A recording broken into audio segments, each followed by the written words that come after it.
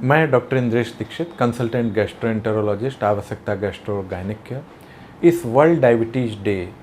एक मैसेज जो बड़ा इम्पॉर्टेंट है कि हम गैस्ट्रोएंटेरोलॉजी के तौर पे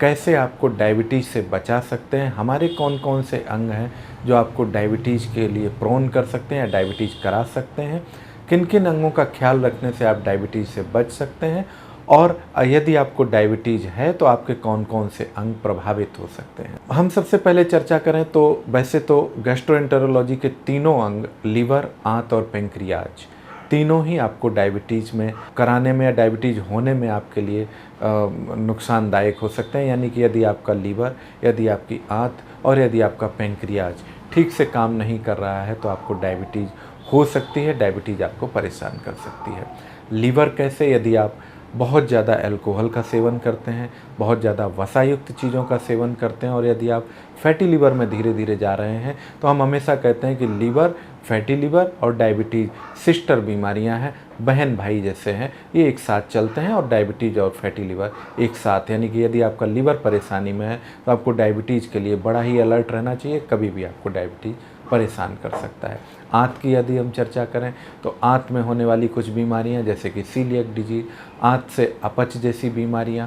जैसे कि आपके पेंक्रियाज की वजह से आंत जो अपच करती है, उसके साथ भी कभी कभी डायबिटीज़ होने का खतरा बना रहता है। इसके अलावा सबसे जो इम्पॉर्टेंट है वो है डायबिटीज़ के लिए पेंक्रियाज, अल्कोहल रिलेटेड पेंक्रेटाइटिस या नॉन अल्कोहल यानी गॉल ब्लैडर रिलेटेड पेंक्रेटाइटिस आपको डायबिटीज़ करा सकती है और ये डायबिटीज़ बड़ी अनकंट्रोल्ड सी डायबिटीज़ हो सकती है।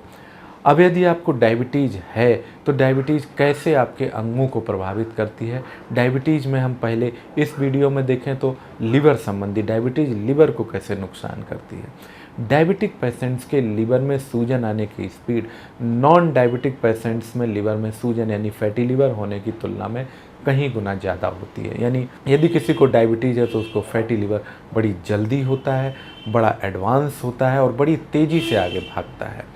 ऐसे ही डायबिटीज़ के मरीजों में लीवर की वजह से होने वाली परेशानियां जैसे कि अपच, जैसे कि पेट में फूलापन, भारीपन, पेट में दर्द रहना, खाने का ठीक से ना पचना, कभी पेट साफ ना होना और कभी अत्यधिक डायरिया स्टार्ट हो जाने वाली समस्याएं भी लीवर संबंधी परेशानियां जो कि डायबिटीज़ से होती हैं, ये डायबिटिक मरीजों को अत्यधिक परेशान करता है। यदि हम बात करें कि लीवर फाइब्रोसिस और सिरोसिस जो फैटी लीवर से अगली स्थिति है, ये भी डायबिटिक मरीजों को बड़ी तेज़ी से आगे भागता है। बहुत जल्दी से डायबिटिक मरीजों का लीवर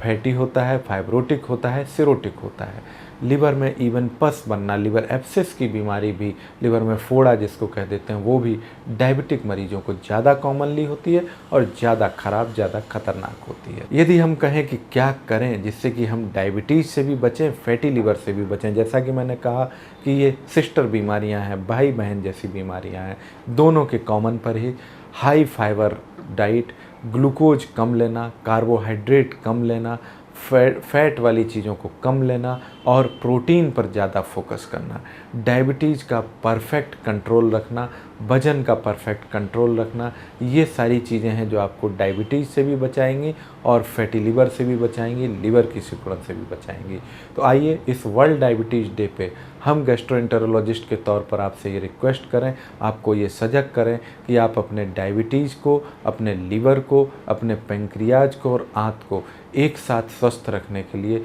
स्वस्थ खान पान, एक्सरसाइज और तनाव मुक्त जीवन जीने की ओर चलें, जिससे कि डायबिटीज़ और फैटी लीवर दोनों आपको परेशान न करें, आपका लीवर भी स्वस्थ रहे और आपका डायबिटीज़ भी कंट्रोल में रहे। Thank you.